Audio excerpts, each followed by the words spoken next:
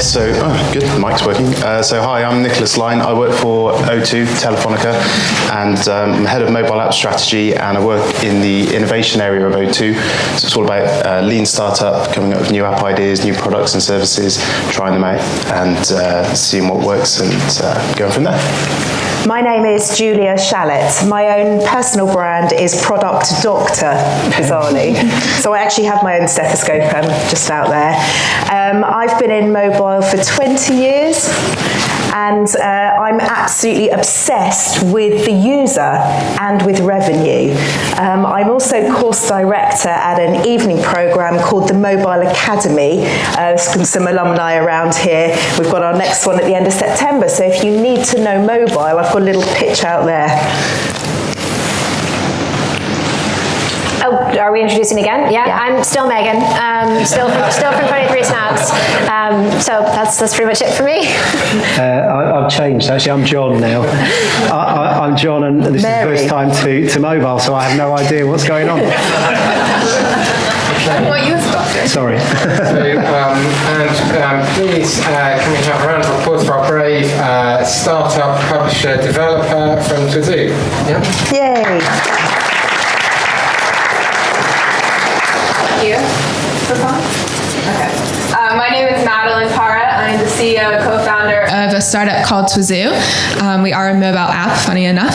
But before telling you what Twizu is all about, the reason we started Twizu is because think about the last time that you left a review or even visited TripAdvisor or Yelp to try to decide where you were going to eat or drink. Less than 1% of unique visitors to TripAdvisor, Yelp, or Top Table actually leave a review. And we think this is quite small considering this is supposed to be the wisdom of the crowd. And if you turn your head to Twitter, right here in London, on average, there's 7 more customer tweets about a restaurant for every 1 TripAdvisor review. So you see all this data on Twitter, but nobody really goes to Twitter to decide, okay, where should I eat, where should I drink, even though all that helpful data is there. So what we were trying to do at Twizu is kind of avoid the situation that I find myself in a lot. I'm getting off the tube station with my friends, we want to grab a pint or a bite to eat, and we're all staring at our mobiles, going through Google reviews, TripAdvisor, trying to find somewhere to go. So we want to make a quick or easy decision for those users, but all based on Twitter. So we just launched Twizu this week on Monday on both iOS and Android. These are screenshots from our iOS app. So users can search things like burgers in Soho, just like you would on TripAdvisor. And we pull all of our data from Twitter, and it's like a traffic light. So each bubble is a restaurant. The color is based on the sentiment on Twitter. So green means good, go. Yellow means it could be okay. And red means no, don't go there. All based on that Twitter chatter. The size of the bubble is based on kind of the trend on Twitter. So is the chatter trending up? Is it trending down? Are there a bunch of food critics tweeting about it, or is it just some random people on the street? You can tap the bubble to get directions to the restaurant. You can also see the tweets that made up our analysis. You can tweet back at the restaurant if you want to leave some feedback. And that's basically Twizu in a nutshell. So this is basically just a screenshot of our Twitter account. We just hit 500 followers this morning, I think, so we were really proud on that because we haven't done any promoted tweets or anything like that. We just launched on Monday. And this is our listing in the App Store. And the reason that I volunteered to kind of be this patient is because as a startup, we don't really have that much money to spend on marketing. I used to work at GSK and had about £5 million in budget for marketing, and now I have less than 10K. So it's kind of a very, very different environment. So I just kind of wanted to see, we've heard a lot this morning about kind of paid app promotion and mobile app promotion. I was just wondering, from the doctors, if you were in our shoes, you had less than 10K to spend, how would you market this app, Twizu? Okay, I can start if you like. Yeah. I'm obsessed with people. So the best thing you can do to start with is to actually get very close to some of your users and your potential users and work with them very carefully to develop some evangelists who will actually go and help you spread the word. But that involves you being able to speak to them and to be able to listen to what they're saying. And from there you'll spin off because they will also give you the clues about how to get to people like them. So that's probably where I would start. Yeah, and that's good advice. Can I just ask, how many users have you got so far? Because you said 500 Twitter followers, but in terms of... So since Monday, we've had 400 downloads in the App Store and about 75 on Android. Okay, and did you do any beta testing before that point, or did you... We ran a beta on iOS only from January to June with about 100 people. Okay, so I think that was a good call, and you obviously made a few learning points at that stage. And just to echo your point, I mean, I was just reading a case study from online from on TechCrunch. I'm just trying to remember the company. It was AutoCAD DS. They hit 1 million downloads recently. And to echo your point, they essentially treated each of their early users as royalty. And if they left some feedback on the site or through any of the channels, through Twitter or by doing a rating on the App Store, then the owner would basically call up that person and thank them personally for that feedback, and explain how they potentially would use that on their future product roadmap. So that would be my advice: is treat those early users as royalty. That's good I advice. think in terms of actually increasing the numbers so you can get more of those early users in other than just word of mouth. I don't know how much you've read up about App Store optimization, and it was touched on this morning, but I think that that's probably the way that we at 23 Snaps first made the jump between what you could normally average without any effort at all, maybe the 20 to 30 downloads a day, up to about 100 downloads a day. And I don't know, I can't really see the listing here, but if your App Store listing just has Twizoo as your title, you may want to consider putting some additional keywords, restaurant recommendations from Twitter, in your title, because you don't have a brand that people immediately associate with what you do.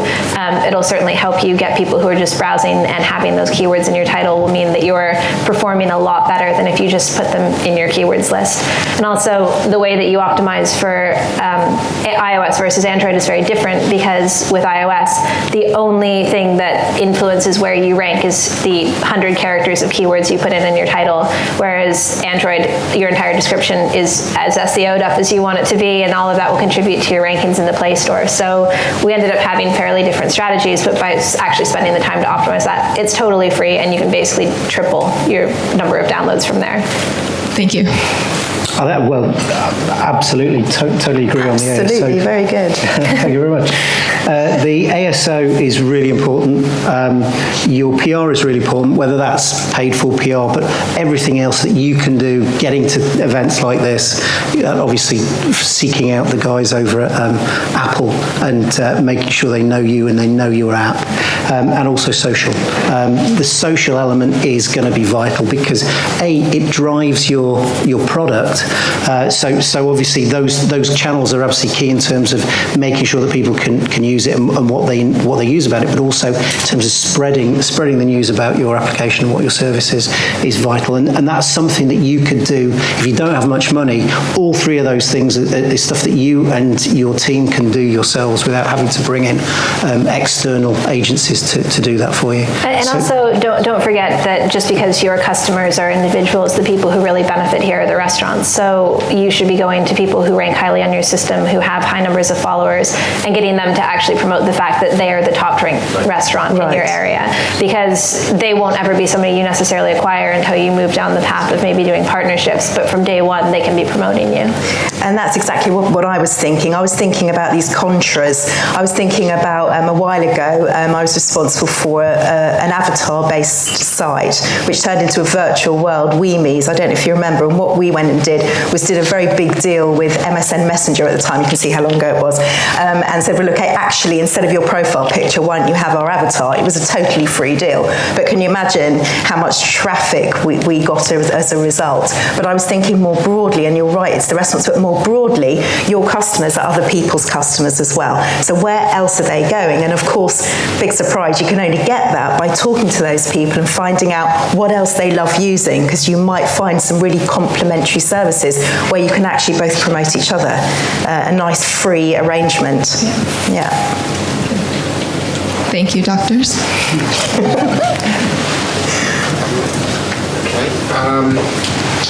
And just to ask you, are you thinking of doing any paid acquisition at all? I think for the next 90 days, I think we're going to try to see how we can leverage these types of things. We have reached out to a lot of the restaurants who are top rated on Twizu, so we're going to be featuring them on something called #Twizu Tuesday, where Twizu users can get free things at those restaurants. Oh, that's great. So we're going to see how much we can get, kind of not spending a lot of money, and then look at paid promotion maybe in September. Yeah. Well, great. So, thanks.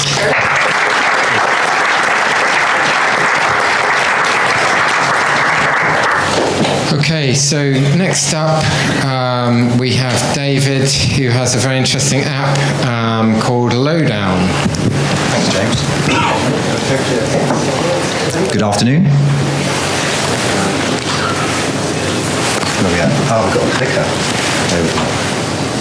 So what we're doing with Lowdown App Limited is we're using mobile to deliver information in context instantly. So people these days habitually turn to Google to collect information. What we're doing is taking a step over Google and saying, you don't need to do that in certain contexts. We've done it for you.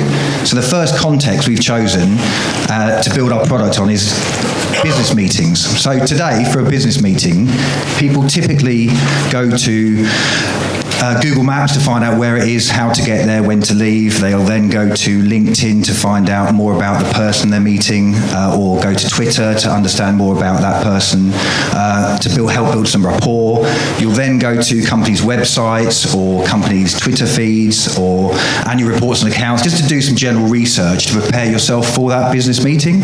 And also, if you've met the people before, you typically go back through old emails and notes. So what Lowdown does is, in an instant, automates all of that information in the context of a business meeting. So it starts from a calendar invitation. So people send calendar invitations to each other in business all the time. What we do is take that simple calendar invitation and turn it into really rich data. So this is us on the App Store. We soft launched in March to get 1,000 early adopters so we could trial certain parts of the service, test it, make sure things are working okay. And we've, over the last 4 months, done that, incorporated feedback from those users, and then launched globally on the App Store 3 weeks ago. We've now got 2,000 downloads, 1,800 installs, 1,000 monthly active users, 200 daily active users. It's a 30-day free trial, and then after 30 days, it's £5 per month per user under an auto-renewable subscription model. I think we've got a video, so bear with me.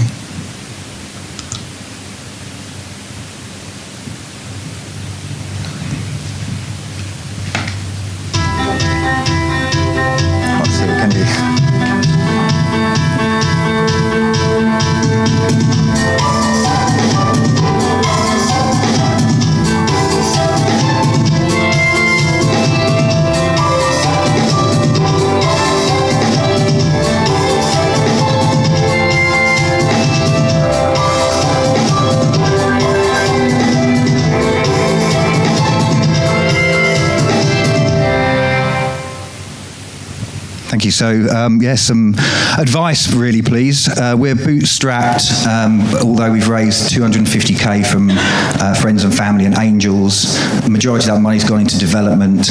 We have a small amount of cash for marketing. We're looking to get to a point where we've got enough paid users to raise a larger round, a larger seed round or a VC round. And the next 3 months are absolutely critical to our business. So any advice you can give me to help raise awareness, get installs, get engaged users would be appreciated.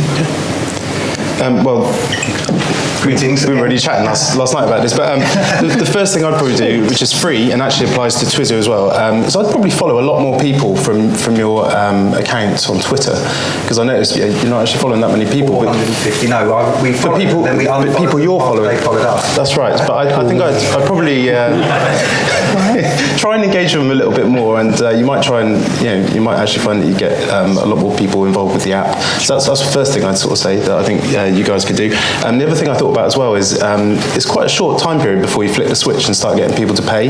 But it's actually, I think, at the moment, you want to get as many users as you possibly can before you even really worry about monetizing those users. I know you want to validate the business model as quickly as possible, but for me, I'd be tempted to maybe look at paying with a tweet, that kind of thing. Try and get the service more viral, get people using it and seeing the value of it, and actually then they can start to spread the word and say, yeah, this is a great application. It works really well. It's added a lot of value to my business meetings and to my life. And I think I might just try to accelerate the initial point where you're at the moment and maybe get to sort of 10,000, 15,000 users before flicking the switch. I've seen some places that do it where it is paid after a month, but you can get an extra month if you tweet, and then you get an extra month if you put it on Facebook. But actually, this is going to sound really old school in this, but I think you should be picking up the phones and doing sales pitches to businesses. You should be calling companies that have a lot of employees who go out and do their own sales pitches or do business meetings on a regular basis, finding out if this is a pain point they have and getting them to subscribe their customers, because you can probably validate the value of it within an organization very quickly by actually talking on the phone. Those sorts of companies are more used to receiving that kind of sales pitch, and you're going to learn a lot about your customers, plus you potentially gain some very large business deals out of that. So as sort of the founder of this, I think you're the best person placed to be doing some cold call sales for a while, given the nature of this business. Yeah, I guess the challenge in that is that it's not that easy to find out, in terms of companies, who have iPhones and who are not locked into MDM and MAM packages, so they're blocking applications, consumer applications to be used. I guess we're going for the Dropbox, Evernote type model where, because of the consumerization of IT, we're assuming that those consumers are going to bring the service into their enterprise, and then it spreads in that way, and then we're going to be approached by enterprise companies. So we're doing a flip strategy regarding that. I've sold technology to companies for 20 years, so I don't really want to go back to do that. It's all about the consumer now.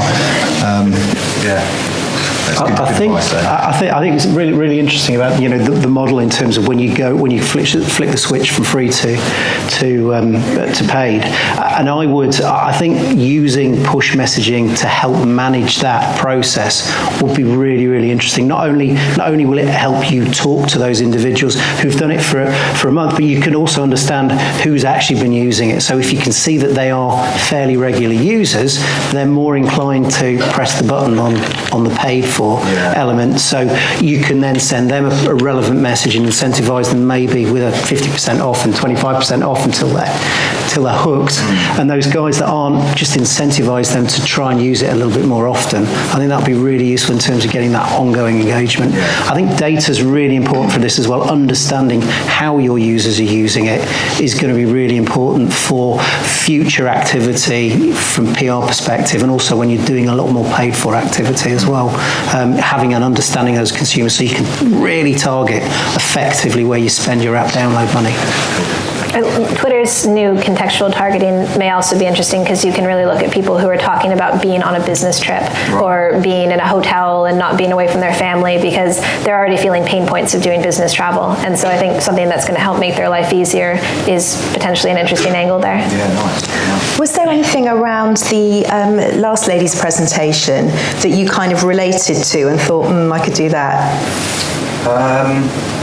I'm particularly thinking about when we talked about collaborators, perhaps other people that you can almost kind of package up your service alongside.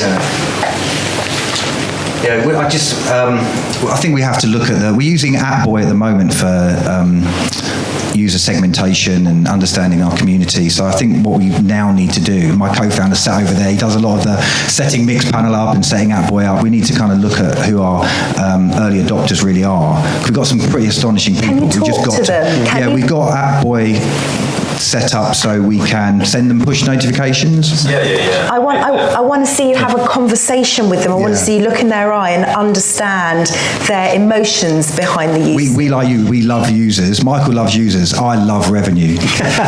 They go together. Absolutely. One wags the other. Yeah. It's really downloads. I mean, users are engaged even without push notifications. People come back like a month later and pay. So it's really just getting users into the service that I think is a problem. it's a value-driven service. This is the kind of strategy we've implemented that after you've used it a number of times, if it was taken away from you, it will be frustrating to then go back and manually search for this data yourself, because we've done it, and we believe that in 30 days it's enough time but with the proof is in the pudding. We're basically 3 weeks away from finding out if our business model works, because those early adopters have had their 30-day free trial. It expires in the next week or so, and then up until the end of July, we'll find out if anyone pays for the service. Oh, okay, so you're not at a point where you know your free to paid conversion rate yet? No. Wow. We've had about 20 people buy it when they didn't need to. It's 4 out of 100 potential. So 4%. That sounds realistic. Yeah. We want to be high, obviously I want to push everything higher and higher. I think the video is good as well. I think, if you can see that a little bit more. Yeah, we're doing more video. We've done a skate video, so we've integrated skate directions as a gimmick into the app, so people tend to spread apps via word of mouth, and when you see something cool in an app, you tell your friend, have you seen it do this? So we've done that. We've created filmed a skate video on iPhone, which we're releasing over YouTube, do some, try and get some virality. Every trick in the book, really trying. That's a good point to stop, because the next session we're talking a lot about video, so I thought that's a perfect segue. So thanks David and Lowdown for putting us forward.